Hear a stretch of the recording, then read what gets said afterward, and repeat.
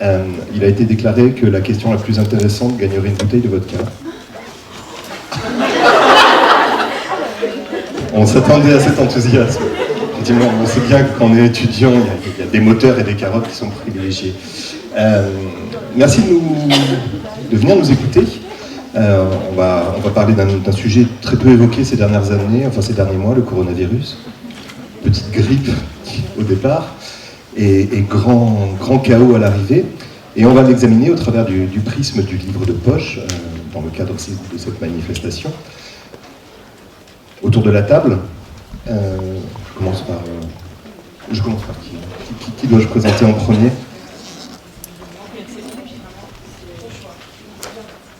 Voilà, c'est trop d'options.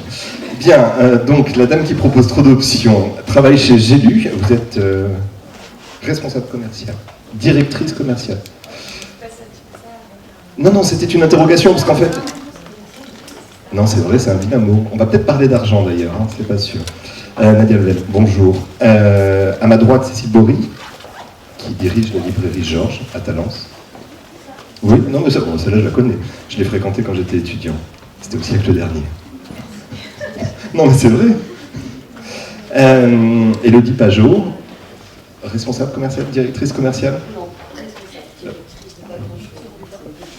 responsable d'une grande maison qui s'appelle la maison Liana Lévy. Je vais commencer par vous, Élodie, si vous voulez bien. Oui, bien sûr. Logiquement, tout fonctionne. Oui, non? Si, oui. La maison Liana Lévy fait partie de ces structures qui ont décidé, à un moment de leur existence, de créer un format poche plutôt que de vendre des droits à des maisons spécialisées. La maison Liana Lévy a une quarantaine d'années, le format poche...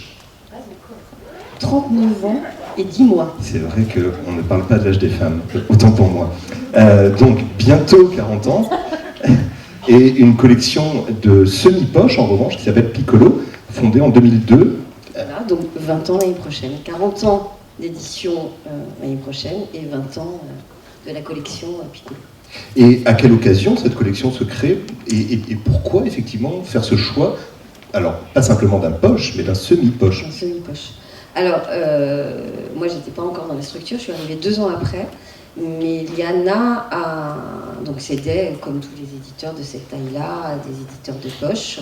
Et aujourd'hui, on sait que le fonds des librairies est en majorité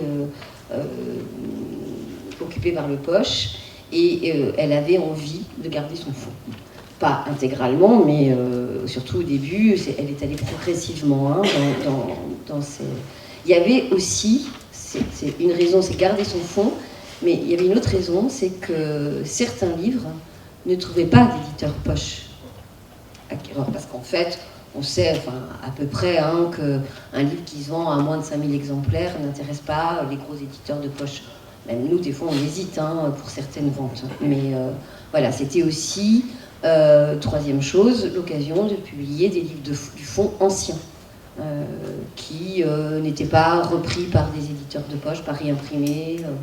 Voilà. Donc c'était aussi la possibilité de garder son fonds avec son nom. Et c'est vrai que moi, quand je suis arrivée aux éditions Liana Lévy, la collection n'avait que 2 ans.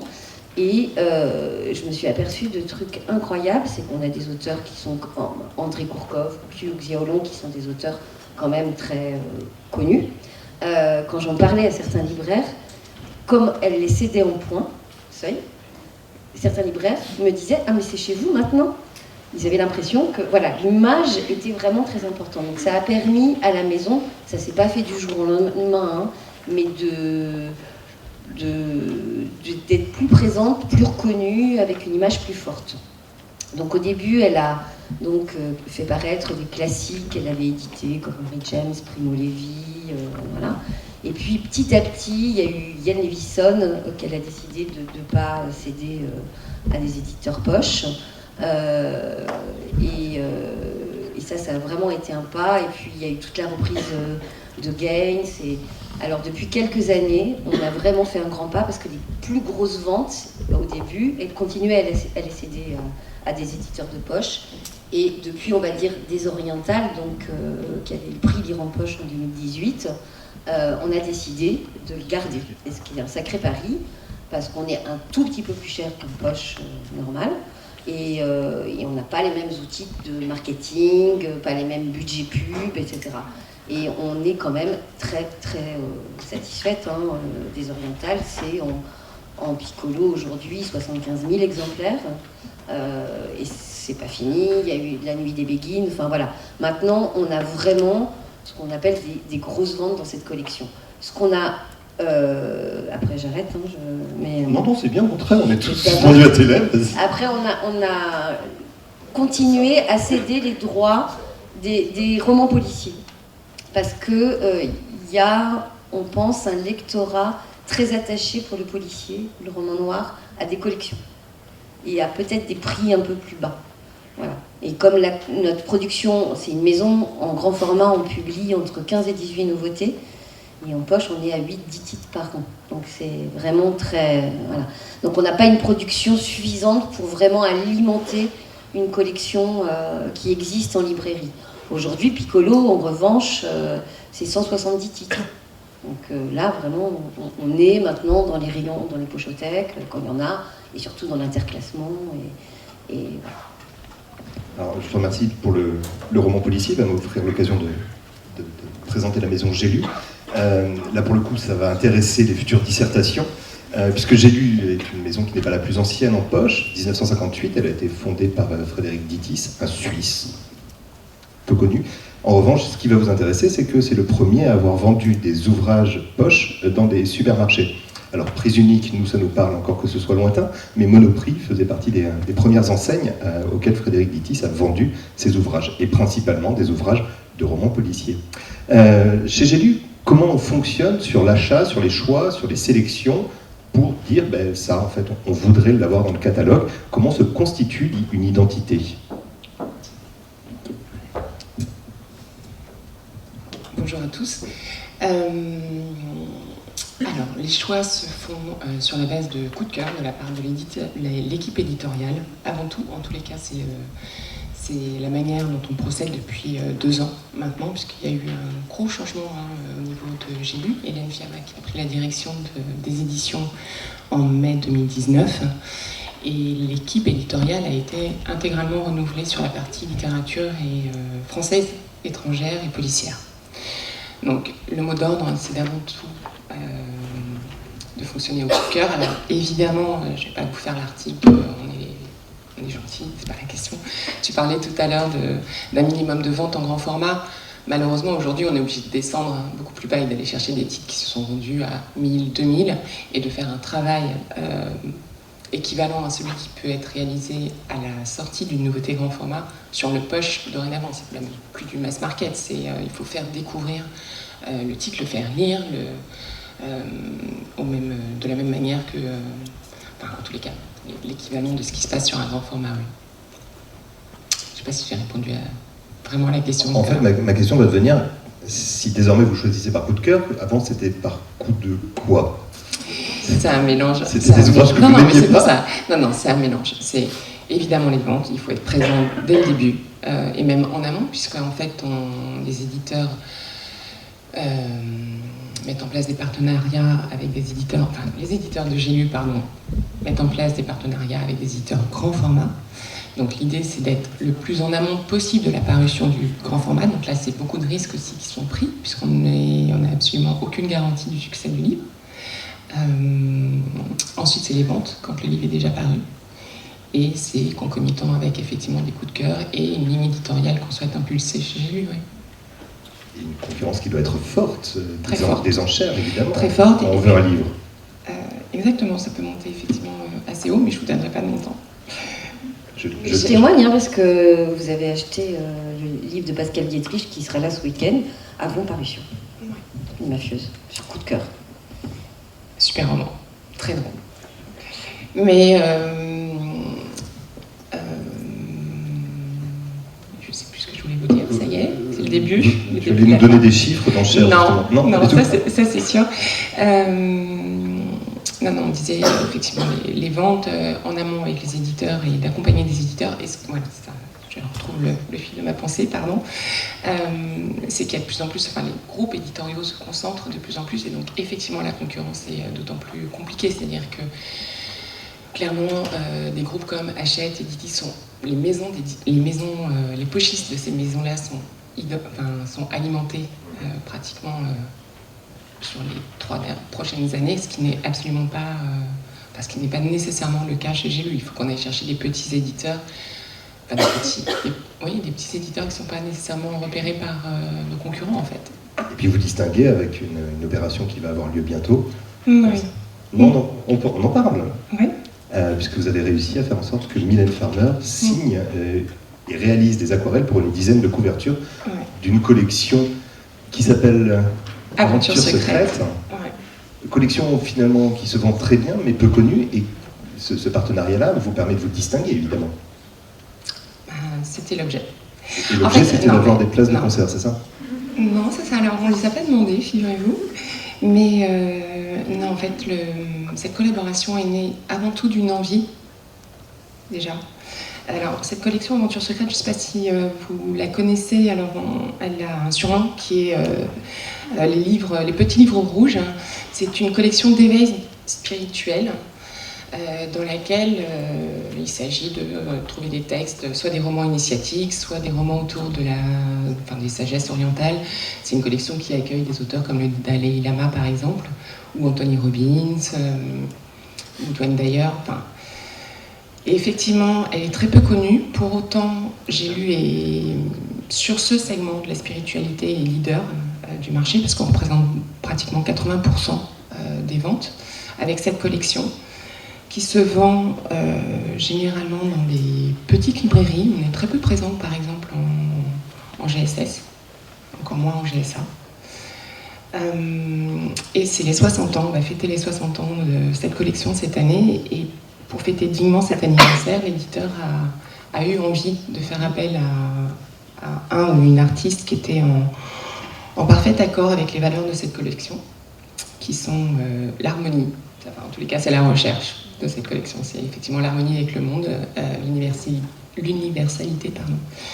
Et il a pensé immédiatement à Mylène Farmer, puisqu'il connaissait aussi son travail d'artiste, et elle a accepté. Et ce qui est fou dans cette histoire, dans cette aventure qui va commencer le 20 octobre, c'est qu'elle connaissait, en fait, on a identifié les 10 livres cultes de la collection. Il ne s'agit pas que de livres cultes par leur volume de vente, mais vraiment qui représentent toutes les valeurs de cette collection. Et elle les avait tous lus. Et elle a dit oui tout de suite. Donc on est assez excités effectivement de voir ce que ça va donner. Et après on verra quelles seront les retombées en termes d'image. Mais c'est avant tout une forte conviction d'avoir fait appel à elle et qu'elle ait répondu présente. Si mes sources sont bonnes, vous avez une grande rencontre lundi. Ce serait vous savez ça? C'est bon job. Cécile, vous êtes essentielle. Au tout du moins, depuis 2020, les librairies sont devenues des commerces essentiels, commerces qui ont souffert de cette non-essentialité. Il était plus facile d'acheter une bouteille de vodka. On y revient. On y revient toujours. On revient toujours à la vodka au bout d'un moment. Il était plus facile d'acheter une bouteille de vodka qu'un livre. Il a fallu inventer, réinventer le métier, le lien avec les clients. Petit retour sur 2020, comment est-ce que vous avez fait pour préserver les ventes d'une part, d'autre part la connexion Alors, Amazon a été empêché de vendre, ce qui a facilité un peu les choses, mais pas tant que ça finalement. Et très tardivement, et dans des conditions judiciaires un peu rocambolesques. Mais ça, on va pas y revenir tout de suite. Alors, effectivement, le démarrage a été un peu chaotique, puisque du jour au lendemain, voilà, on a dû fermer. Donc, on a passé, je crois, 15 jours tous un peu abasourdis, sans trop savoir ce qui allait se passer. Donc je crois qu'on a tous un peu profité de l'instant présent quand même, parce qu'on était obligés finalement de ne rien faire, et qu'en librairie ça arrive quand même rarement. Donc on a quand même savouré. Après, alors personnellement, la poste de Talence ayant fermé, on ne pouvait même pas faire de vente d'expédition et donc gérer les commandes en ligne. Donc pour le coup, voilà, on a été mis au repos pendant au moins 15 jours, repos forcé.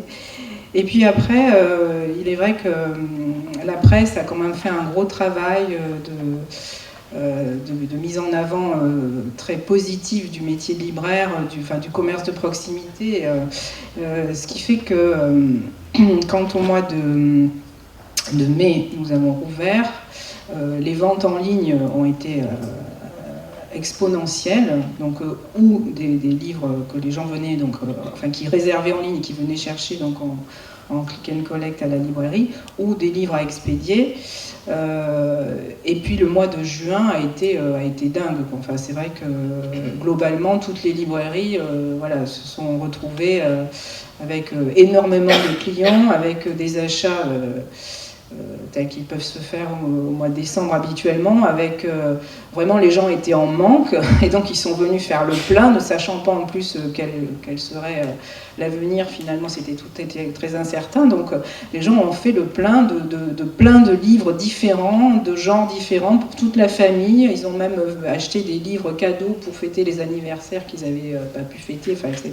Ce qui fait qu'on voyait repartir les gens avec des livres de poche à relire, des grands formats, des livres cadeaux, de la jeunesse, des livres d'activités pour occuper les enfants à la maison également. Enfin, on voyait vraiment repartir les gens avec des piles, donc on était assez subjugués, et très enthousiastes, mais en même temps angoissés par l'avenir, donc c'était assez particulier.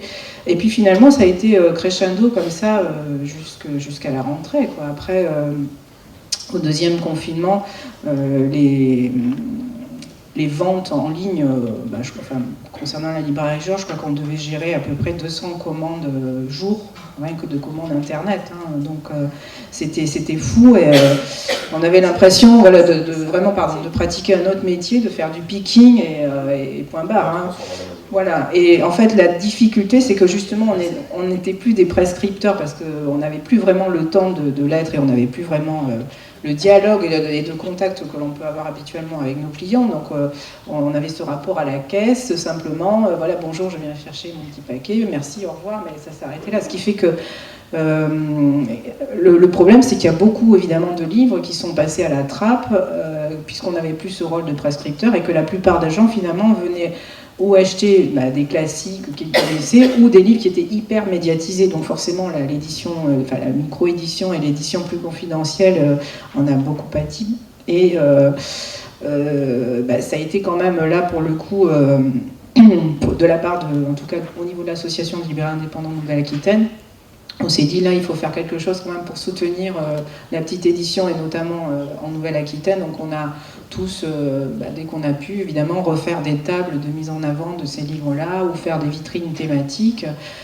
Et puis pendant le confinement, c'est vrai que la plupart des libraires ont essayé d'imaginer finalement des choses permettant de montrer un peu aux gens autre chose que ce qui était hyper médiatisé. Donc, alors il y a le côté ludique aussi qui a pris le dessus parce qu'on était un peu dépressif, donc il fallait qu'on s'amuse un peu aussi. Donc on a fait des petits jeux, des petits rébus, mais ça fonctionnait pas mal sur les réseaux sociaux. Et puis ça permettait de maintenir ce lien si important et puis ce contact qu'on a quand même en permanence nous avec nos clients et qui nous tient à cœur évidemment. On a fait des vitrines virtuelles, avec les livres qu'on avait chez nous. On a essayé d'inventer. Il y a pas mal de libraires aussi qui ont fait des paquets surprises thématiques ou par tranche d'âge qu'ils allaient déposer dans tous les commerces qui étaient encore ouverts, de façon à toujours maintenir du lien, à mettre du livre finalement un peu partout où c'était possible. Bon, on voit en tout cas, on a constaté que tous les libraires se la sont donnés vraiment à fond, ont été très créatifs, très imaginatifs pour justement maintenir ce lien permanent avec nos clients. Et pourquoi pas en gagner d'autres d'ailleurs, puisque finalement on s'est aperçu après que nous avons gagné, grâce notamment à la presse, beaucoup de clients qui étaient des clients Amazon et qui ont réalisé après, puisqu'ils ne pouvaient plus aller ailleurs et que quand même ils ont constaté qu'il fallait peut-être soutenir le commerce de proximité, qui ont découvert qu'il y avait des librairies à côté de chez eux et que c'était plutôt pas mal, qu'on pouvait commander les bouquins et qu'ils arrivaient aussi rapidement, que le prix était le même et qu'en plus, il y avait éventuellement le sourire et le conseil du libraire. Donc oui. Voilà. Et à un moment donné, effectivement, Oui, les autres activités culturelles. Donc le report forcément, le panier est allé à la librairie, ce qui fait qu'on s'est tous retrouvés avec des paniers moyens, évidemment exponentiels, et c'était un peu l'euphorie. On s'est dit, mais qu'est-ce qui se passe, quoi, tout d'un coup, voilà, la librairie reste... Enfin, exactement. Voilà. Bon, je vais peut-être m'arrêter parce que la question... Qui dans la salle a le sentiment, je dis vraiment, j'insiste, le sentiment d'avoir lu plus l'an dernier? Dans d'autres, qui a lu beaucoup moins clairement? Ou qui n'a pas lu du tout en réalité? N'ayez pas honte, hein, c'est pas grave. Si, on va prendre les noms quand même, hein, ça peut servir. Non, mais il y a une puce biométrique sous chacune des chaises, ne t'en fais pas. On n'a même pas besoin de prendre les noms. Et il y a des raisons qui ont poussé certains à ne pas lire. Il y avait quoi? Un problème spécifique parmi ceux qui ont accepté de dire qu'ils n'avaient pas lu? Oui. Je pense que c'est aussi le manque de contact social. On est plus à la recherche de contact social que de lecture et on est un peu dans un besoin débordant de ça. Du coup, on laisse un peu de côté la lecture et on se consacre plus à rechercher des gens avec qui avoir de l'interaction. Ouais, c'est juste évidemment. La lecture nécessite une action particulière, enfin en tous les cas une disponibilité de l'esprit, et je pense que l'état de sidération était tel que peut-être qu'il était plus facile de regarder des séries, enfin de se laisser finalement porter par quelque chose de plus... Un temps de cerveau indisponible. Ouais. La bande dessinée, je pense pas que ce soit un sous-genre, mais quand même le succès de la bande dessinée ces derniers temps est aussi dû à ça, je pense, parce que c'est vraiment un genre que j'adore, hein.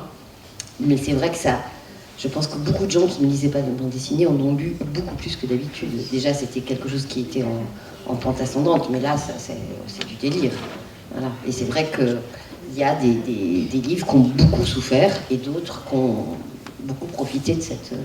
Tu as raison, Elodie. Pour autant, la bande dessinée s'est énormément réinventée et renouvelée. Tu vois, enfin, les romans graphiques ne se sont jamais autant vendus que depuis 15 ans, c'est énorme. Donc c'est aussi un support différent. Là, il y a eu encore un passage, enfin, je sais pas, Cécile, plus les chiffres que moi, mais... Moi, c'est ce que les livres... Non, j'ai pas de chiffres, là. Je suis embourbée.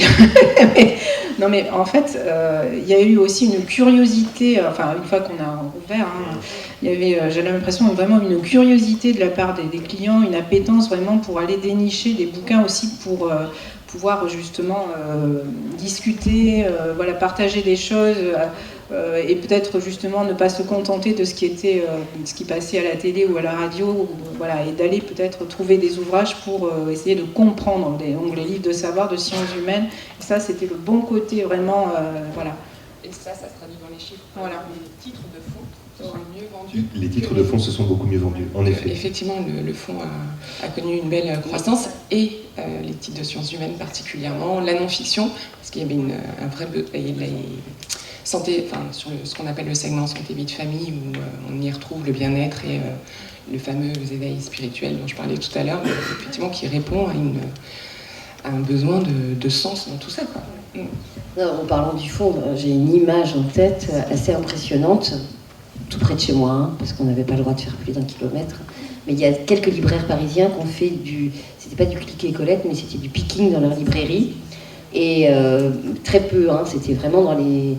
Et je suis allée dans une librairie à côté de chez moi, ces rayons étaient vides.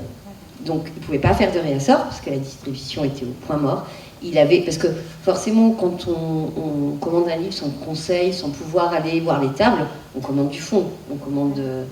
Mais c'était impressionnant de voir une librairie avec des rayonnages totalement vides. Je ne vous explique pas la commande de réassort à la réouverture. Magnifique. Alors justement, des chiffres, il y en a quelques-uns. Ils sont assez intéressants quand on les observe. 2019, le livre de poche représente 387 millions d'euros de chiffre d'affaires.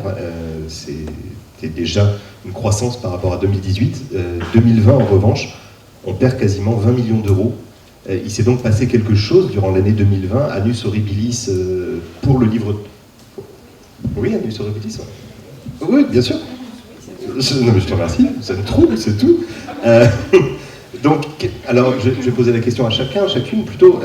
Qu'est-ce qui s'est passé en 2020 pour que le livre de poche perdent autant de chiffre d'affaires, puisque c'est pas simplement le CA, c'est quasiment 11 millions d'exemplaires de moins vendus. Il y a eu une dégradation, il y a eu un manque, il y a eu une absence. Comment est-ce qu'on explique cette disparition ? Alors, comme beaucoup d'éditeurs, on a réduit la voilure en termes de nombre de parutions, déjà. On a reporté un certain nombre de titres, de nouveautés qui étaient prévus en 2020, on les a reportés en 2021, parce que,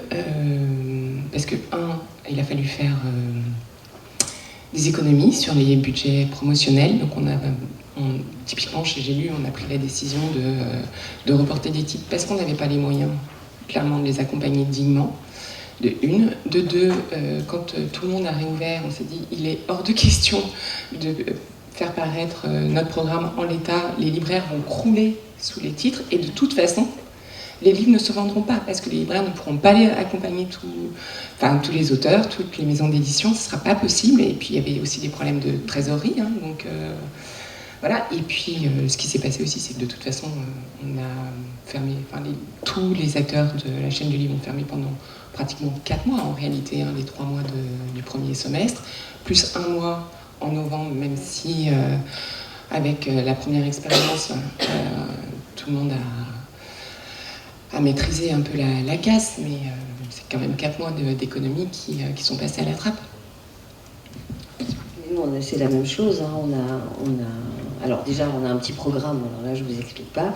Et en plus, il y a des livres qui étaient sortis quand même 15 jours Qui étaient livrés avant.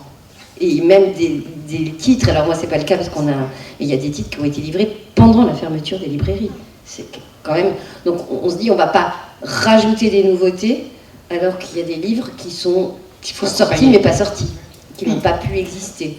Donc on n'a pas tout annulé, hein, on a quand même, mais très peu, et encore moins publié. Les rencontres n'étaient pas possibles, les dédicaces voilà. Non plus, donc à partir du moment plus rien. Aussi la promotion d'un ouvrage dépend de son auteur et de ses déplacements, il faut...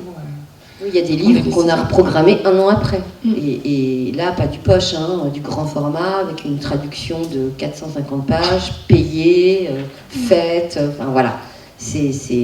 Mais il y a un moment où on ne peut pas publier des livres n'importe comment, sans réfléchir à toute la chaîne.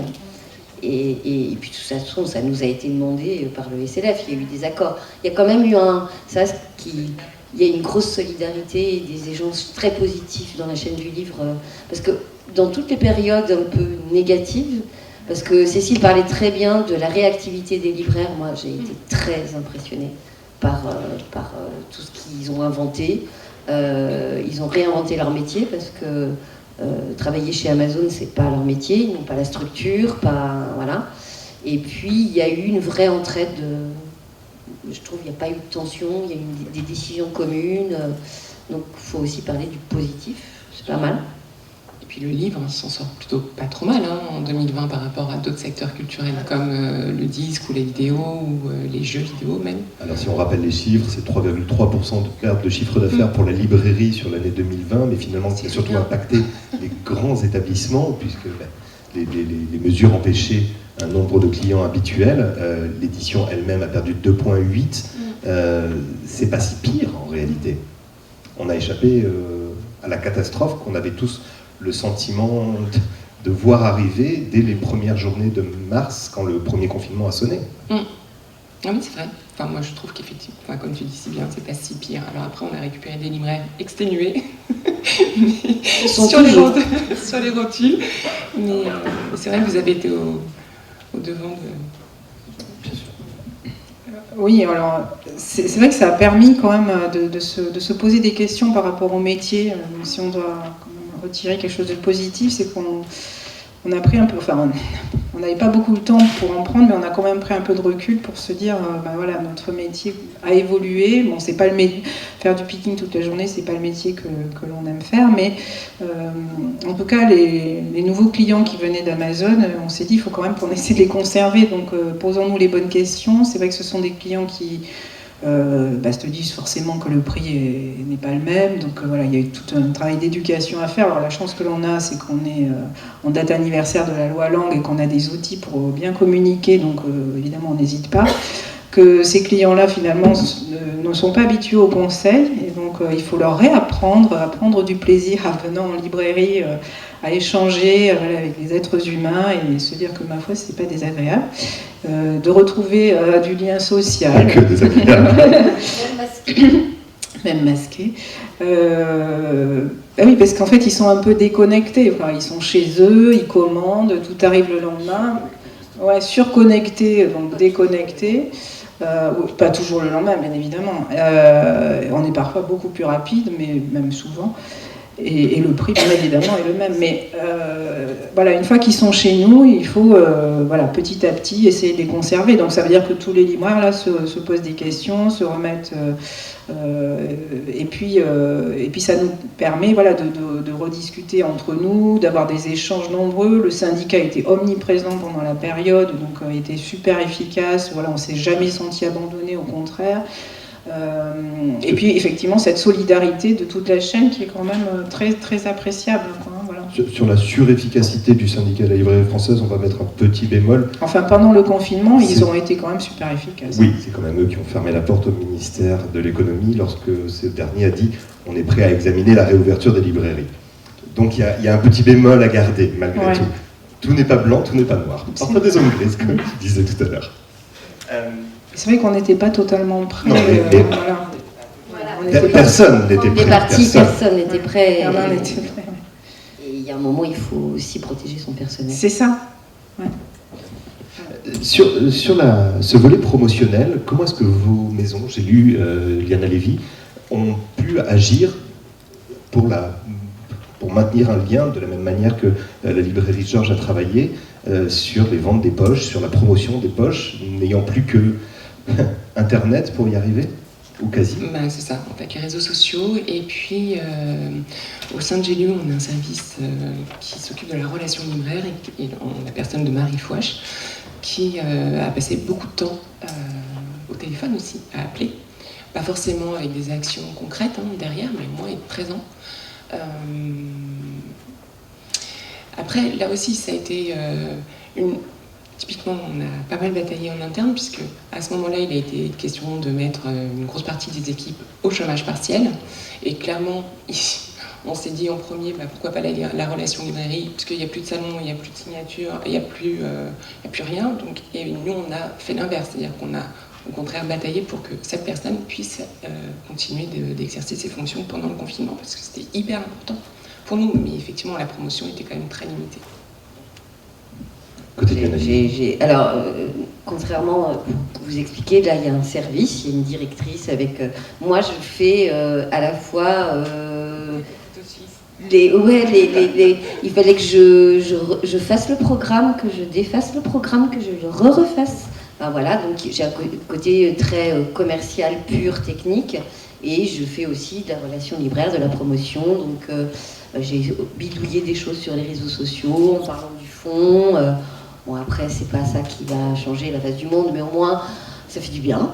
Et de parler des auteurs, de parler des livres, voilà. Et puis, un petit peu auprès des libraires, mais c'est vrai que moi, au début, je les ai laissés un peu aussi tranquilles, parce qu'ils avaient beaucoup de choses à gérer. Parce que quand tu dis que tu n'as pas travaillé au début, tu avais quand même beaucoup de choses à faire, mettre au chômage technique.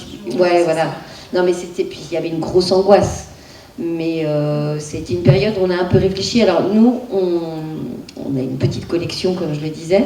Ce qui a été terrible, c'est qu'on avait prévu, après 3 ans d'absence, une promotion Piccolo, qui était prévue pour donc mars 2020.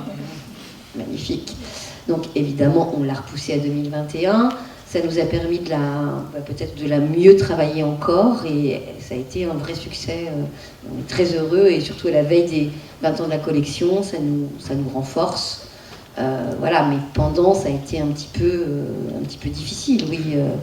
Mais c'est vrai qu'il y a eu... je pense qu'en plus, les libraires ont apprécié aussi le fait qu'on reporte nos livres. Enfin, il y a un lien. Après, nous, la maison, elle est...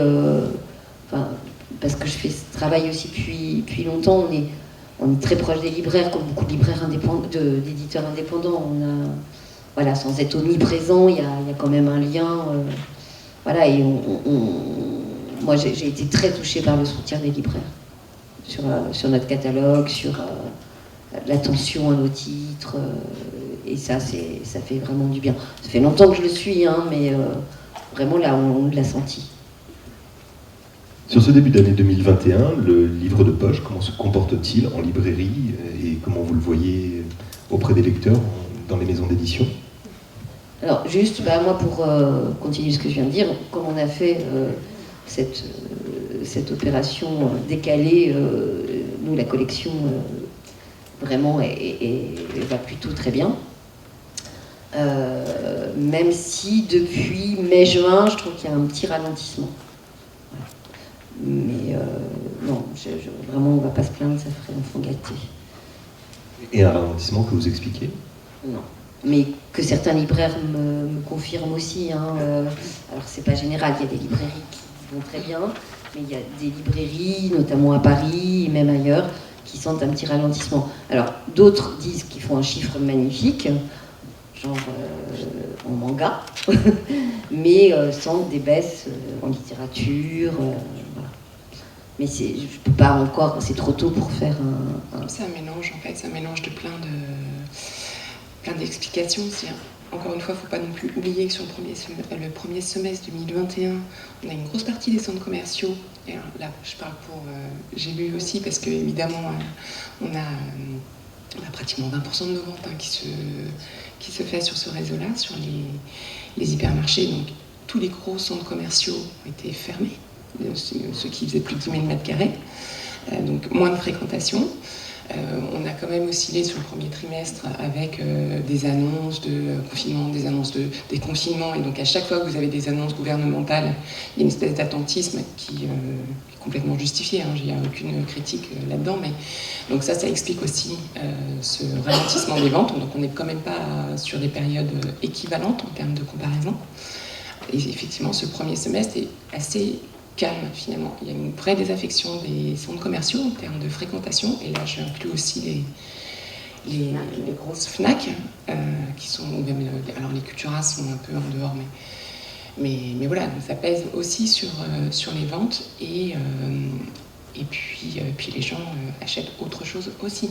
Donc retourne au restaurant, alors là c'est assez récent, mais là effectivement retourne au restaurant, au cinéma, et tant mieux, c'est bien pour tout le monde. Attendre des piles de livres qui n'ont pas encore lu. Qui n'ont pas lu. C'est vrai, aussi.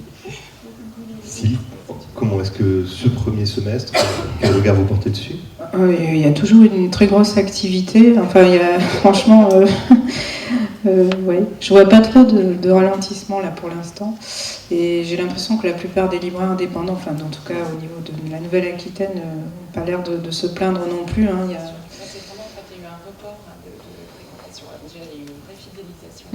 des clients en librairie. Oui. Non, mais en fait, non, pardon, je te fais parler. Non, mais ça se passe, oui, plutôt bien. Et moi, je sens pas de ralentissement pour l'instant. Justement, on s'était posé la question comment va se passer l'automne, une fois que justement les gens peuvent à nouveau refréquenter cinéma, salle de concert, restaurant, etc. Mais pour l'instant, alors c'est pas l'euphorie, mais c'est très très correct. Et on n'a pas du tout à se plaindre. Et il y a énormément de travail, et c'est vrai qu'on a des nouveaux clients qui se sont maintenus. Et enfin, pour l'instant, moi, je reste optimiste. Je suis très optimiste. Et je rappelle qu'il y a une pénurie de jouets qui est annoncée pour la fin d'année. Normalement, tous, on va y revenir, effectivement. Et nous n'y sommes pour rien, je précise. La cinquième colonne est à l'œuvre. C'est vrai qu'on a souvent constaté qu'il y a des crises. Le livre est une valeur refuge incroyable, parce qu'il faut quand même dire une chose, c'est que c'est pas cher. C'est vraiment pas cher. Ah bah ouais, par rapport. Oui, mais un roman, c'est quand même moins cher qu'une place de cinéma, ou bien moins cher qu'une place de concert. Et... Ils sont pas d'accord. Il y a des doutes? C'est vrai qu'il n'y a pas de tarif étudiant sur les livres. Je suis désolée, parole de vieille. Alors justement, le pass culture, on va y venir parce qu'il y a un petit format poche qu'on ne peut pas oublier, c'est le manga. Et qui a connu une embellie exceptionnelle. La folie. Oui. Pardon, oui. Je voulais savoir si au niveau de la promotion, vous avez essayé de générer une espèce de retard contrôlé par rapport à certaines nouveautés pour les préserver de leur mort, par exemple. Et si en librairie, aujourd'hui, vous avez ce désir de faire la promotion des œuvres qui sont en train de mourir à cause du confinement, justement, de revenir un peu en arrière sur certaines œuvres qui n'ont pas pu avoir de visibilité. Alors, un retard contrôlé pour les maisons d'édition. Oui, au niveau de la promotion, ouais. D'accord. Et la question parallèle, Oui, en librairie, effectivement, justement, on a été très attentifs, notamment après le premier confinement, à mettre en avant et à valoriser les livres qui étaient restés dans l'ombre pendant plusieurs mois. Donc on a ralenti les retours. Alors c'est vrai que la trésorerie du moment le permettait aussi, en ce qui nous concerne, ce qui n'est pas toujours le cas. Donc on a fait notamment des vitrines, on a décidé de mettre en avant des vitrines et des tables pour valoriser ces livres-là. Et au niveau de l'association aussi, j'ai demandé à ce qu'on soit attentif et bienveillant et qu'on ne fasse pas du retour massif, qu'il fallait être solidaire, c'était le moment ou jamais. Et souvent aussi, dans nos temps, ou de tables thématiques que l'on peut décider, on essaie de valoriser à la fois la nouveauté et le fond, bien évidemment. Enfin, ça, c'est vraiment une politique générale de la librairie, en ce qui nous concerne. Je trouve que c'est vraiment fondamental, c'est vraiment le rôle du libraire indépendant que de valoriser à la fois les nouveautés et le fond, bien évidemment, parce que c'est ça qui nous distingue de la grande surface. Voilà. Donc c'est là qu'on marque notre âme et que l'on s'en distingue aussi les uns par rapport aux autres, parce qu'on a décidé de valoriser, et c'est extrêmement important. Pour le coup, j'y tiens beaucoup. Ça répond à votre question. Et au niveau de la promotion, du coup ? Alors, en fait, c'est côté éditeur ? Oui, c'est ça. Alors, si on revient un petit peu en arrière, on parle de 2020, on est d'accord. En 2020, oui, du coup, on a reporté. Alors, ça a été, comme chez Liana Levy, de toute façon, il a fallu revoir complètement nos programmes de publication à partir des nouveautés qui étaient prévues en avril jusqu'à la fin de l'année. Donc, on a sorti près de 25% de notre production et on a alloué les budgets qui nous restaient à la promotion des ouvrages qui étaient publiés. J'ai répondu ou pas ou bien ou... Ça marche. D'accord. Merci. On a mis beaucoup d'énergie à essayer de continuer à promouvoir les livres sortis juste avant, janvier, février, début mars. On a mis beaucoup d'énergie à promouvoir les livres, le peu de livres qu'on a sortis avant l'été.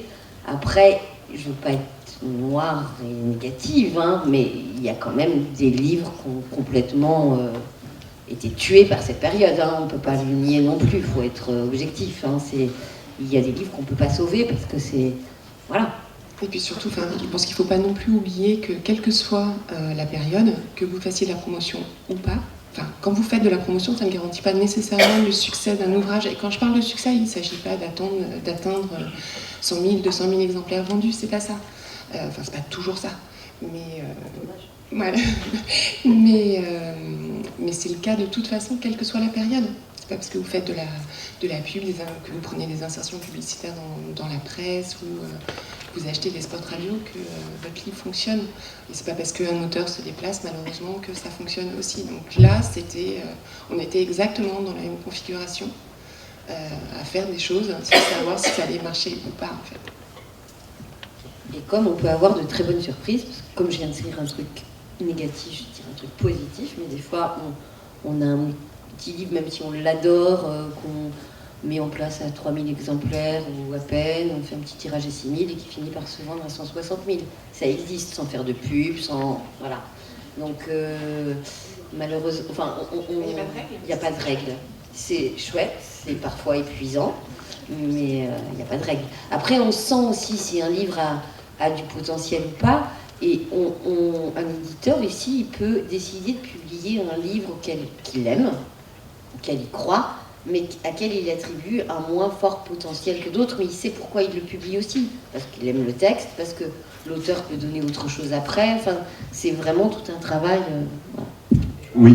Quand vous parlez de la rencontre d'auteurs dans les librairies, ce genre de choses, imaginons qu'il y a un livre étranger qui a un certain succès. Est-ce que, par exemple, est-ce que vous imaginez dans le futur faire venir des auteurs étrangers qui viennent de différents points du monde ou vous essayez de viser un peu plus localement les pays voisins comme l'Allemagne ou l'Angleterre?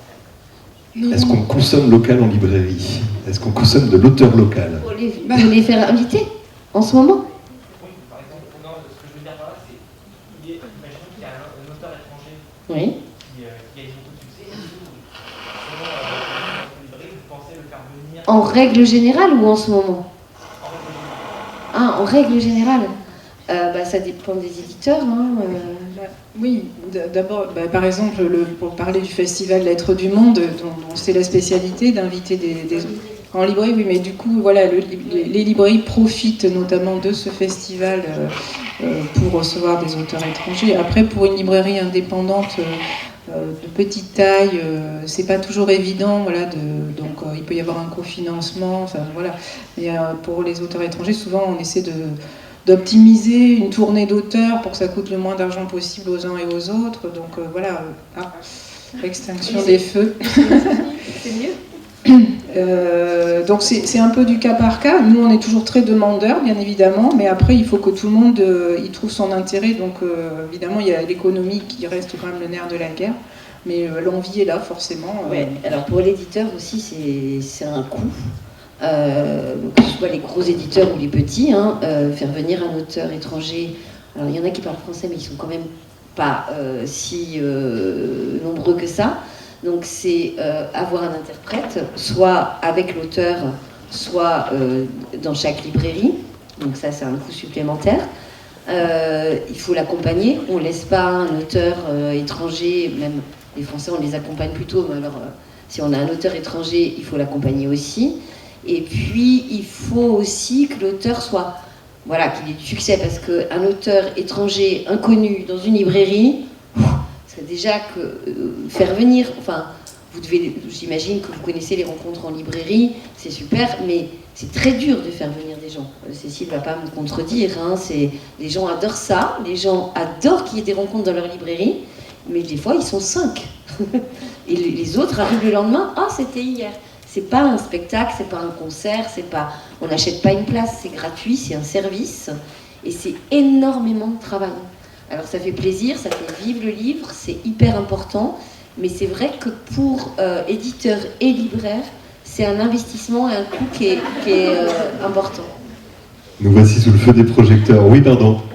Est-ce que, du coup, vous avez eu le sentiment que la presse a été plus investie pour la cause littéraire pendant cette période de confinement, pour sauver justement la littérature dans cette idée de promotion littéraire? Alors, on n'en était pas encore au niveau de sauver Soldat Ryan. La littérature n'a pas été mise en péril. Je ne crois pas. Comme vous le savez, toutes les études montrent quand même qu'on a parlé du coronavirus, mais je parle fort quand même. La crise a occupé tous les médias, à plus de 80%. Il n'y avait plus de place pour rien d'autre. Donc je ne crois pas que les médias se soient... Il y a eu une réaction vis-à-vis de la librairie, en fait. Il y a eu un mouvement national qui n'a pas été orchestré et qui en fait... Alors ça pour le coup, en tant que directeur d'un magazine en ligne, je peux vous l'assurer, la mobilisation médiatique pour la librairie, en faveur de la librairie, que ce soit dans ces librairies qui contournaient l'interdiction de vente avec des achats sur le pas de la porte, en sans contact, ou celles qui ont commencé à déclencher le click and collect, il n'y a pas eu de mobilisation spécifique des médias. En fait, c'est juste que c'était un sujet qui appelait à la résistance, en fait, et qui appelait au positif. Pour un média, dans cette période-là de mars, c'était du pain béni que de pouvoir parler de ça, parce qu'enfin, on avait quelque chose qui nous permettait d'envisager une sortie du tunnel, ou qui donnait une lueur d'espoir. Et c'est une opération de communication qui n'a pas été orchestrée, qui a marché 100 000 fois mieux que toutes les tentatives de communication sur la librairie ou les opérations médiatiques pour le coup que le syndicat a pu tenter. C'était extraordinaire. Mais c'était un sujet qui offrait effectivement quelque chose de positif dans la noirceur dans laquelle on était tous plongés. Vous parliez de torpeur et de besoin de relations sociales. Pouvoir se dire enfin, il y a des librairies, regardons ce qui s'y passe, parce que oui, ça ouvrait un horizon. Le résultat des courses, c'est que la librairie est devenue un commerce essentiel. Alors, au bout d'un travail de longue haleine, mais pareil. C'est pas rien. C'est quand même énorme.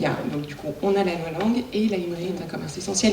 Mais par contre, de la presse autour de nouveautés, d'ouvrages en particulier, non, je crois pas qu'il y en ait eu. Alors moi j'ai un petit écho de ma collègue attachée presse, moi je ne le suis pas, qui quand même, alors elle l'a pas dit sur le coup, mais elle l'a dit après, quand même pendant une période, il n'y avait pas, comme pour l'achat de livres, une énorme concurrence, il n'y avait pas de films qui sortaient, il n'y avait pas... Donc il y avait peut-être un peu plus de place pour les critiques de livres.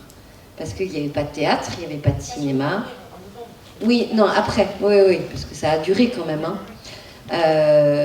Et voilà, mais justement, elle disait ça pour dire, ça y est, c'est reparti, on a encore... Enfin, on a retrouvé la place initiale qui est de plus en plus petite quand même. Hein.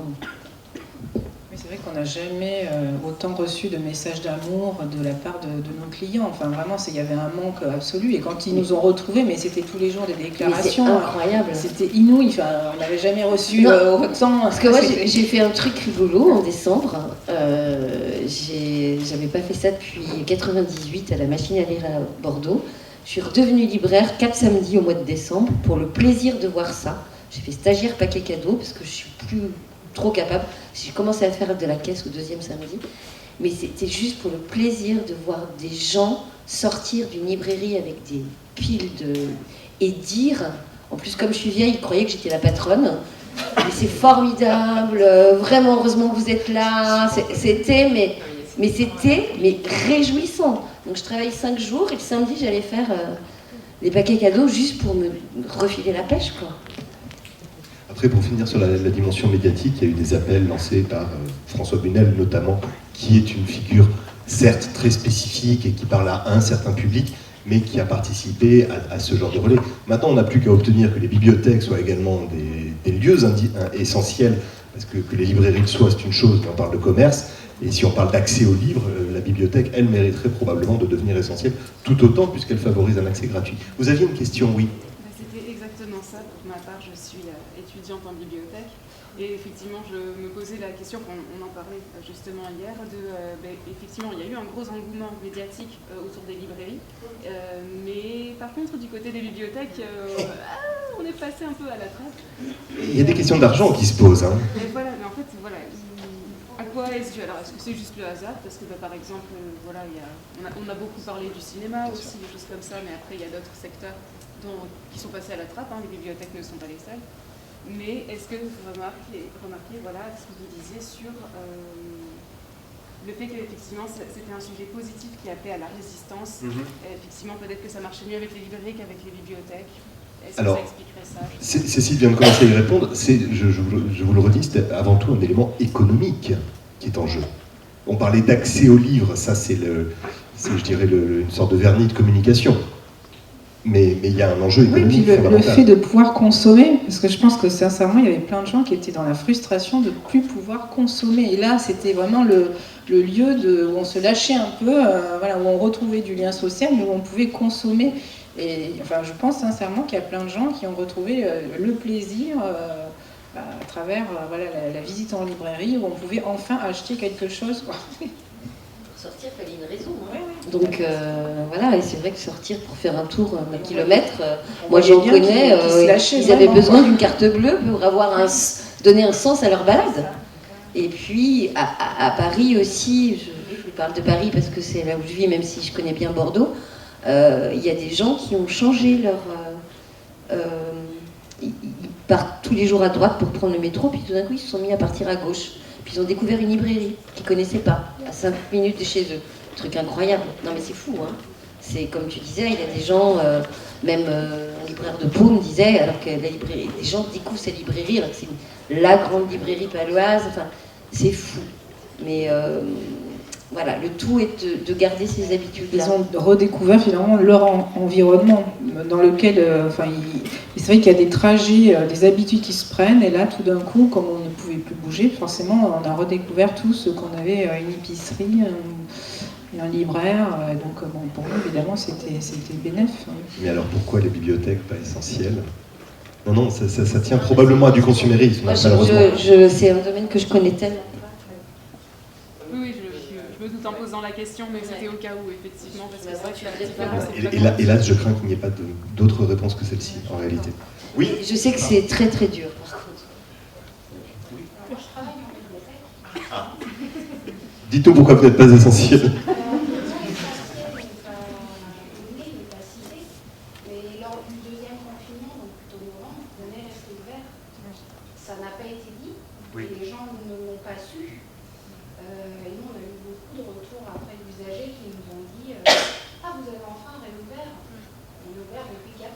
Alors ça... Et ça n'a pas été dit comme dans la presse pour les libraires. Nous, on est resté ouvert. Au premier confinement, il y a eu ce stop pour tous. On était fermés, mais effectivement, après ça, on a réouvert après le premier confinement et on est resté ouvert. Mais pas toutes. Alors, il y a eu deux choses. La première, c'est que vous avez été victime de votre ministère de tutelle, le ministère de la Culture, qui a réussi à envoyer un communiqué de presse à toutes les rédactions de France, c'était au milieu du mois de juillet, au milieu du mois d'août, pardon, disant les bibliothèques ont réouvert. Et il y a beaucoup de journalistes qui, n'étant pas forcément très informés, se sont dit tiens, il y a un sujet, on va parler de la réouverture des bibliothèques. Ce qui était totalement faux. Donc là, vous êtes victime de votre propre tutelle, c'est quand même triste. Mais... Pour le coup, je pense aussi qu'il y a eu enfin, moi j'ai gardé en tête un bad buzz en fait sur les bibliothèques qui ne voulaient pas ouvrir le dimanche, et j'espère à un moment donné que ce ne sera pas le ministère de la Culture qui prendra le sujet, mais plutôt le ministère de l'Éducation, parce que je pense qu'on a pas mal de retard à rattraper là avec tout ce qui s'est passé, et nos enfants, enfin les parents ont de quoi être inquiets, les enfants aussi, mais... Alors, il y avait le manga sur lequel je voulais revenir quand même un instant, parce que dans ces formats poche et en période, et non, je vais m'adresser à la libraire évidemment, et en période de passe culture, donc d'outils un peu électoral, on ne va pas se le cacher non plus. Le passe culture, tout le monde sait ce que c'est. C'est un cadeau de 300 € qui a été fait par l'État à des futurs électeurs. Pardon, à des élèves qui ont 18 ans. Excusez-moi, mais ça remonte même à peu près, c'est à 18 ans qu'on vote. Et donc, ce petit format du manga est devenu un enjeu extraordinaire. Oui, alors c'est vrai que moi j'avais un petit doute là sur... Parce que parfois, quand il n'y a pas d'accompagnement avec les élèves, il n'y a pas une appétence forcément naturelle à aller en librairie indépendante ou ailleurs d'ailleurs, chercher des ouvrages. Donc je me disais, bon, est-ce que ça va fonctionner? Parce que c'est... Bon, la Nouvelle-Aquitaine a mis en place...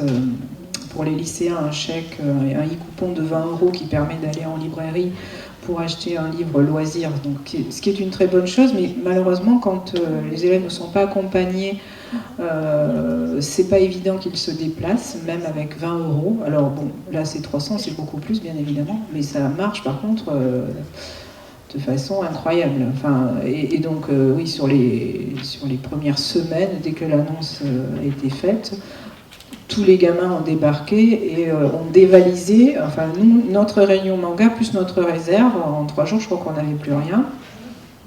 Donc là, on a décidé de tout recommander par 10, en fait, hein, carrément, voilà. Et puis bon, on a réalisé que dans la plupart des librairies, c'était à peu près la même chose.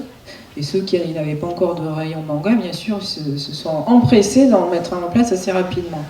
Pas facile, il faut connaître. Le manga a explosé avec le pass culture. Oui. Est-ce que vous voyez ça d'une manière positive? C'est-à-dire, est-ce que vous pensez que les gens peuvent aller voir d'autres choses à travers le manga? Oui. Ou, bien sûr. C'est, Ah mais absolument. Moi déjà, je suis ravie que la jeunesse vienne en librairie, quels que soient les livres que vous achetiez. Franchement, voilà, à partir du moment où un jeune fait la démarche de venir dans une librairie indépendante, c'est déjà hyper positif. On a gagné quelque chose. Après, à nous, voilà, d'aller crescendo, la mener vers autre chose. Mais après, on peut rester aussi dans le manga. On n'y verra aucun inconvénient. Mais j'allais te poser la question, voilà, pourquoi aller voir ailleurs en fait? Rester dans le manga, ça peut être très bien. On n'est pas sectaire. Il n'y a pas besoin de changer de genre, non. Comme s'il y avait une évolution entre manga et littérature blanche en fait. Mais c'est vrai que c'est une question intéressante. Parce que je considère un manga comme de la littérature, évidemment. Mais ce que je veux dire, c'est peut-être essayer de diversifier ses horizons. Oui. Mais on le voit déjà, hein, à l'heure actuelle, il y a vraiment une diversité qui est faite. On n'est plus du tout dans du 100% manga. Là, on passe, je crois, à moitié-moitié avec d'autres genres. On est arrivé à 60% des achats en manga et après un divers. Voilà.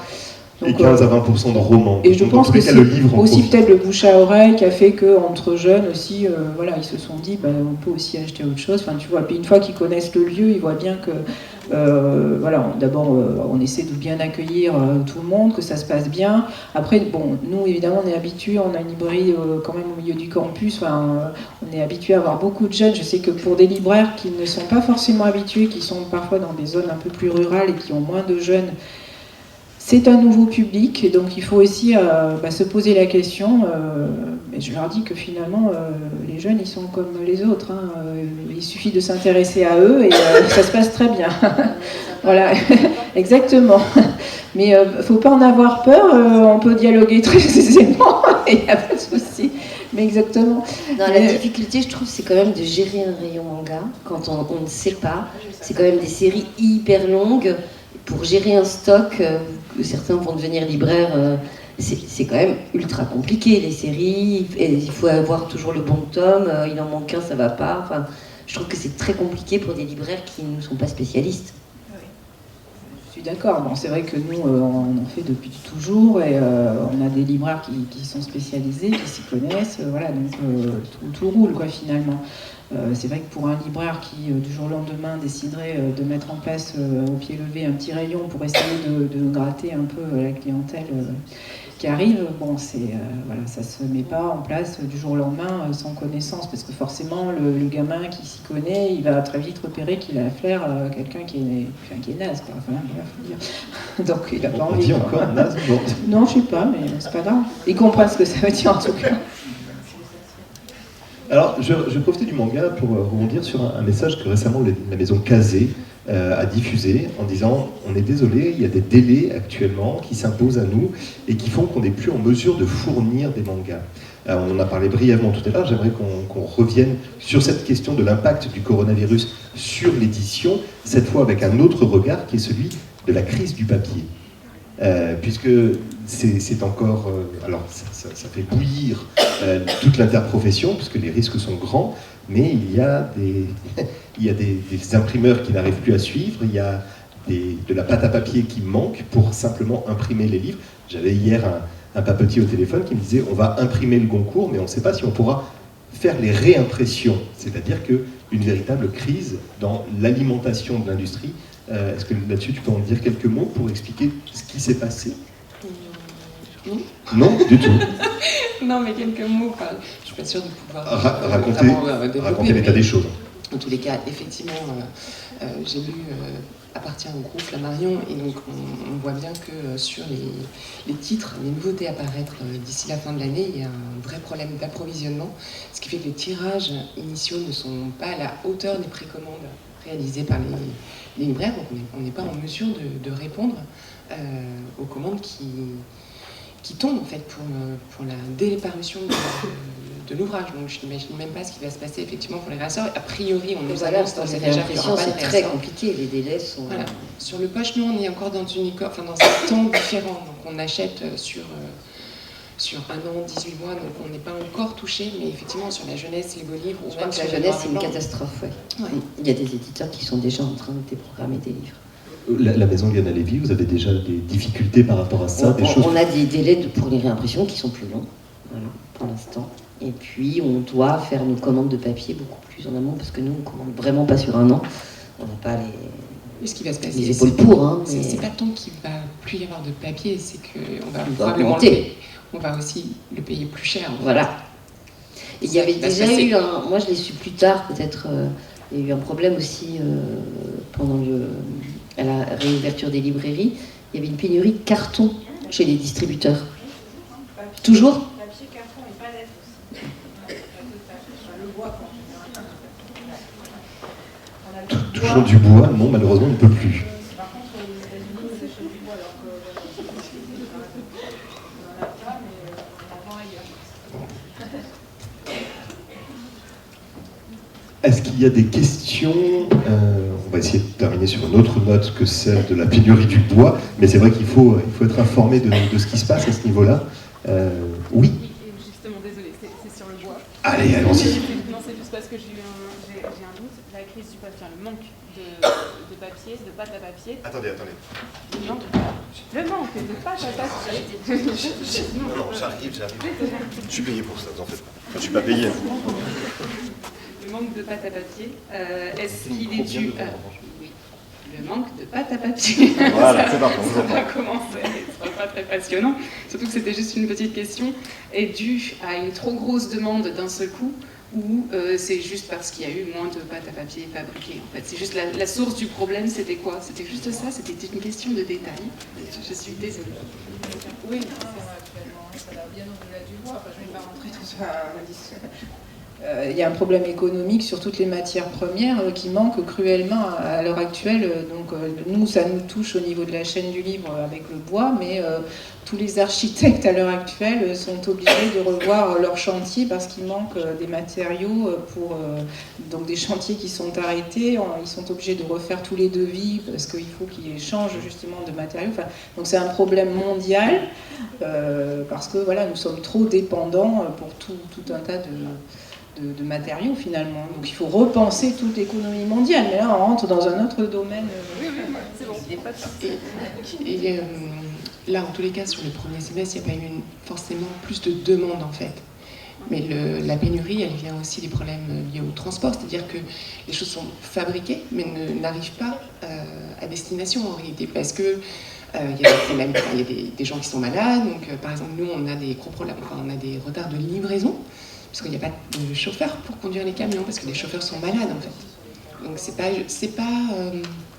pas uniquement lié à une baisse de la production en fait, ou à l'inverse à une augmentation de la demande. C'est aussi lié et surtout au transport et au circuit en fait. Il faudrait ajouter la circulation de la marchandise. La question des containers qui transportent les livres. Ouais. D'abord, ces containers ont quasiment vu leur prix multiplié par 10. Lorsque vous aviez un conteneur qui transportait 40 000 bouquins, ça coûtait $1 500 d'acheminer ces 40 000 ouvrages. Aujourd'hui, on est à 18 000 $. Donc ça veut dire qu'il faut être fortuné et avoir une trésorerie solide pour pouvoir payer ce coût-là. Et il y a une reprise mondiale de la consommation qui fait qu'en fait, il y a des hoquets partout. C'est tout à la fois, oui, effectivement, un problème de production, parce que les usines de pâte à papier ont arrêté de produire, le redémarrage est lent, il est compliqué, tout le monde veut, tout le monde a besoin, et vous avez deux gros opérateurs qui sont les États-Unis et la Chine qui ont bouffé la quasi-totalité du stock. Donc actuellement, en Europe, on est... Ouais. Mais ils ne sont pas mieux ni aux États-Unis ni en Chine, d'ailleurs. Oui. Est-ce que cette crise du papier... J'arrive. Non, mais c'est pas... J'ai l'impression d'être utile. Est-ce que cette crise du papier, elle pourrait amener sur enfin une prise de recul sur la surproduction éditoriale, ou pas du tout? Est-ce que enfin les maillons de La C'est bouteille une de masque question est de futur gagnée. libraire, ça. Hein, c'est une future libraire. Franchement, je pense pas avoir la réponse. Est-ce que vous en pensez vous? Voilà, c'est ce que j'allais vous dire. Lors du premier confinement, comme beaucoup de gens, j'imagine, j'ai espéré plein de choses. Et en réalité, rien n'est arrivé. En fait, on avait tous envie de vivre des choses différemment. Et puis, je trouve que les gens étaient, je schématise, mais étaient beaucoup plus sensibles à l'autre, attentifs à l'autre. Et alors, je ne sais pas comment ça se passe à Bordeaux, mais je peux vous assurer qu'à Paris, c'est fini et c'est même pire.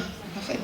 Et tout à l'heure, Nicolas reparlait parlait de la consommation pour expliquer le problème de médiatisation sur les bibliothèques, mais c'est juste dingue, on est revenu à un niveau de consommation d'avant pré-crise. Donc je ne suis pas sûre effectivement que ça soit le moment, que les gens prennent conscience. J'espère pas, mais Ça a montré à certains niveaux, Nadia, la dépendance globale du monde du livre à différents fournisseurs, et ce sont les limites de la mondialisation qui sont posées. Cette crise du papier, elle l'évoque.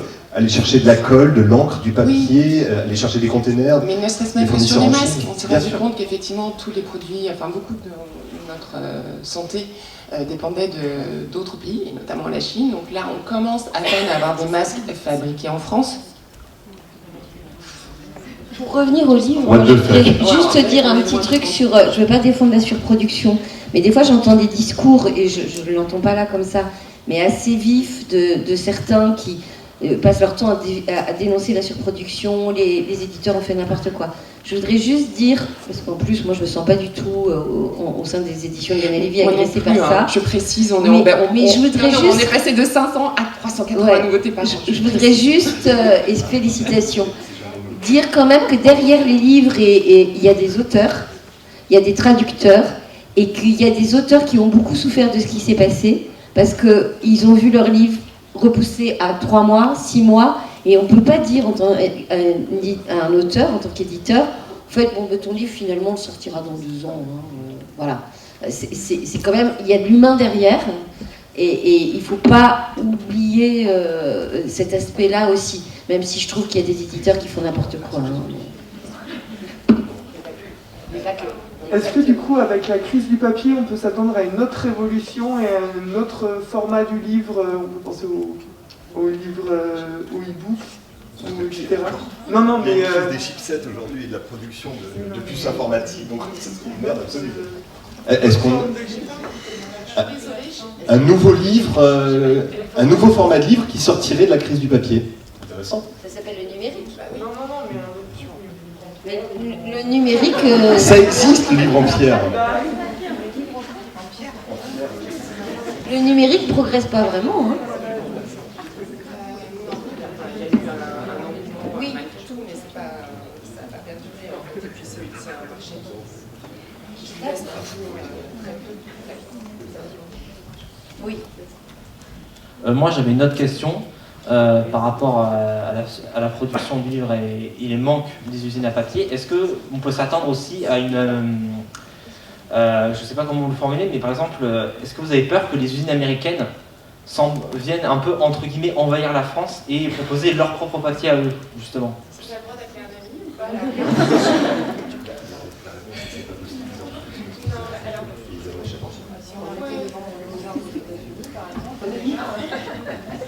Si on arrêtait de vendre nos forêts aux États-Unis, déjà peut-être qu'on en aurait un peu plus pour nous.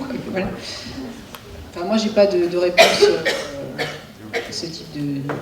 Voilà, l'idée c'est qu'on devienne moins dépendant, mais il faut revoir globalement nos achats et ça nous dépasse un peu à notre échelle, il me semble en tout cas. Un tout petit peu, en effet. Oui. On arrête avec la crise du papier. Hein. C'est vraiment l'annonce de Nicolas qui vous a motivé. La bouteille de vodka en entrée de réflexion, c'est pour ça. Nicolas. Je vais la garder celle-là. Moi, je voulais vous demander. On a vu le mois dernier, à peu près, avant ce qui se passait avec les mangas, c'est que du coup, ceux qui étaient populaires et qui avaient des nouveaux chapitres en parution, ils sortaient hebdomadairement sur des plateformes en ligne pour qu'ils puissent être lus. Et on a du coup le mois dernier, ou je ne sais pas si ça fait pas 2 mois, le Japon du coup qui a lancé sa plateforme Manga Plus, donc qui a accès maintenant en ligne à toutes les nouvelles parutions, donc on peut y avoir accès. Est-ce que vous pensez que ça va à long terme avoir une influence sur justement la façon de consommer ou le manga papier tout simplement? Est-ce que vous pensez que ça peut du coup avoir une influence dessus, sur son commerce? Non, mais là c'est vraiment le rôle du libraire pour le coup qui doit entretenir le lien qu'il a établi avec ses clients parmi les plus jeunes qui viennent justement en librairie chercher des livres du manga, parce que au-delà de l'acte de consommer, il y a la relation humaine, l'échange, le partage, pourquoi on se déplace dans un lieu ou pourquoi on reste chez soi, rester derrière son écran. Enfin, c'est aussi à la jeunesse de s'emparer de l'avenir. Hein. Nous, on a déjà fait notre travail, enfin une partie en tout cas, il nous reste encore de belles journées, mais voilà, qu'est-ce qu'on veut faire de la société de demain? Donc, est-ce qu'on continue à fréquenter des commerces et à entretenir toute cette cette richesse de relations humaines, ou est-ce qu'on préfère entretenir une plateforme japonaise et rester cloîtré chez soi et devenir au bout du compte peut-être asocial, quoi. Enfin, bon, c'est une question ouverte, hein, voilà. La question serait de savoir si vous voulez payer un nouveau tour dans l'espace à Jeff Bezos. Ou si vous préférez fournir des librairies indépendantes. J'arrive. Chaque acte de consommation a forcément des répercussions sur l'économie globale. Donc quand on consomme, qui que l'on soit, il faut en avoir conscience et pas foncer tête baissée parce qu'on a un besoin urgent de consommer absolument quelque chose, quoi. Il faut savoir qu'on a des responsabilités vis-à-vis des autres. Voilà, il faut jouer collectif. Donc, c'était l'un des messages d'un groupement de librairies parisiens, acheter c'est beauté.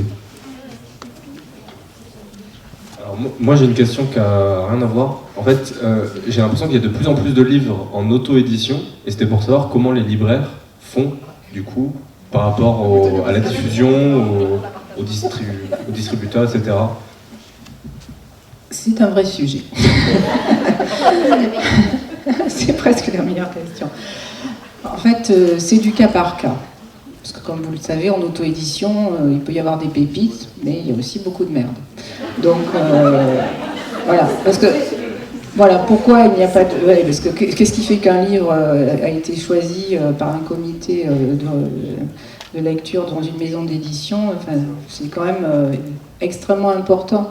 Et quand il y a un vrai travail après, voilà. Et quand un auto-édité vient vous voir et qui vous dit ça c'est mon histoire, c'est formidable, ma grand-mère l'a acheté, elle a trouvé ça super, j'ai déjà commencé à signer la maison de la presse de Biganos, enfin bon là je caricature, hein, mais vous avez tous compris bien sûr, mais ça peut arriver que ce soit comme ça. Donc, alors après on se doit d'accueillir correctement tout le monde et d'écouter tout le monde bien évidemment, parce que chaque histoire mérite son respect, mais après nous on a une réalité économique qui fait qu'on a le droit en tant que chef d'entreprise de choisir ou pas de donner une chance, et si on estime que vraiment c'est pas qualitatif, on le dit avec honnêteté, quoi. Après c'est vrai que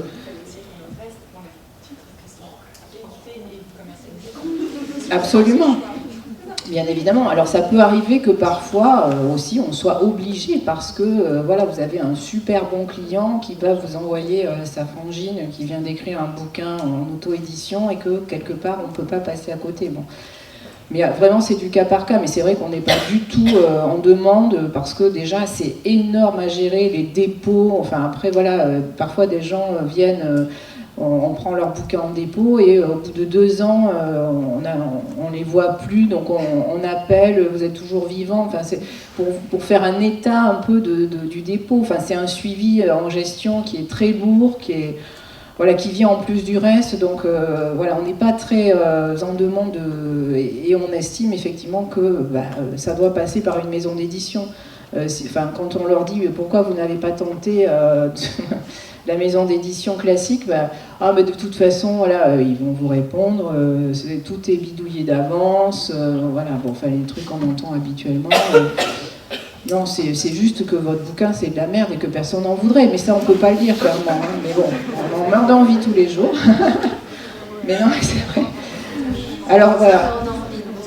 Envie de leur conseiller d'en imprimer quelques exemplaires pour leur famille et amis et de s'arrêter là. Et puis souvent, en fait, moi ce que je leur dis c'est mais est-ce que vous lisez vous-même? Parce que est-ce que vous avez déjà vu un bouquin édité comme ça? Moi jamais. Enfin en tout cas, regardez les maisons d'édition qui éditent des livres, elles éditent parce que c'est quand même super mal fait la plupart du temps. Enfin, je leur dis mais ouvrez des livres et vous verrez, c'est pas fait comme ça habituellement, quoi. Donc à un moment donné, il faut aussi les responsabiliser. Alors après, ça peut être parfois un peu brutal, et donc parfois ils partent vexés et on a perdu un client, mais de toute façon, je pense même pas, parce que je suis pas sûre que ce soit forcément des bons lecteurs, parce que ce sont des gens parfois qui ont juste envie d'écrire un journal intime, et puis, parce que c'est vrai qu'Amazon, enfin Internet, a laissé croire à tout le monde finalement qu'on pouvait tous être de merveilleux écrivains, donc c'est vraiment un leurre. Depuis, il y a une augmentation de l'auto-édition.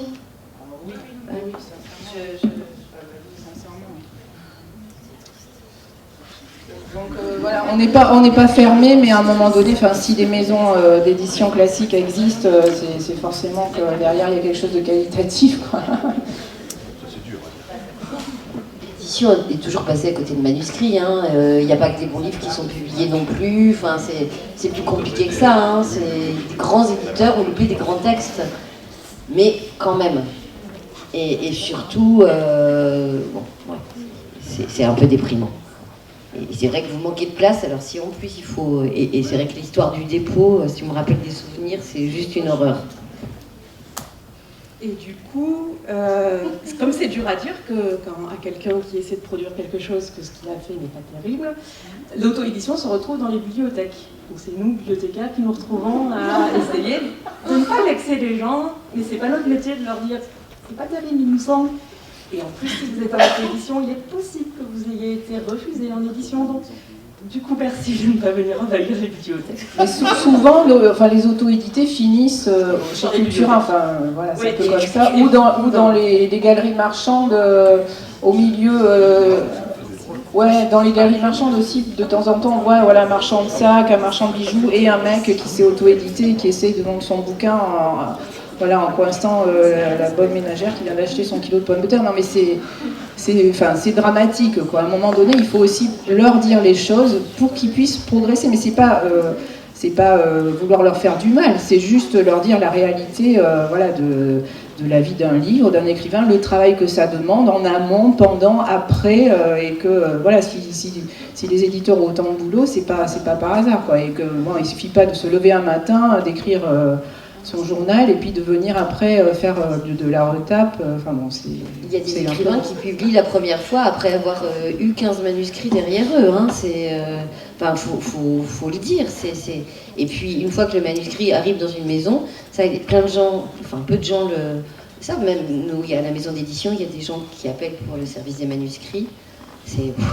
Et peu de gens savent qu'il y a un travail éditorial à faire après. Et on a beaucoup de questions aussi sur les éditeurs qui font payer les auteurs. Parce qu'il y a aussi des maisons d'édition qui, on vous prend, votre texte est super, donc c'est tant l'impression. Ça, c'est pas de l'édition non plus. C'est hyper compliqué. Le fameux compte d'auteur. Est-ce qu'il y a une dernière question ? Ah, je vous remercie. Je vois que la bouteille de vodka a vraiment motivé tout le monde. Alors moi, j'avais vu que la crise sanitaire avait marqué peut-être un petit boom des gens en reconversion dans le métier du livre. Par exemple, il y a de plus en plus de gens qui veulent devenir libraires.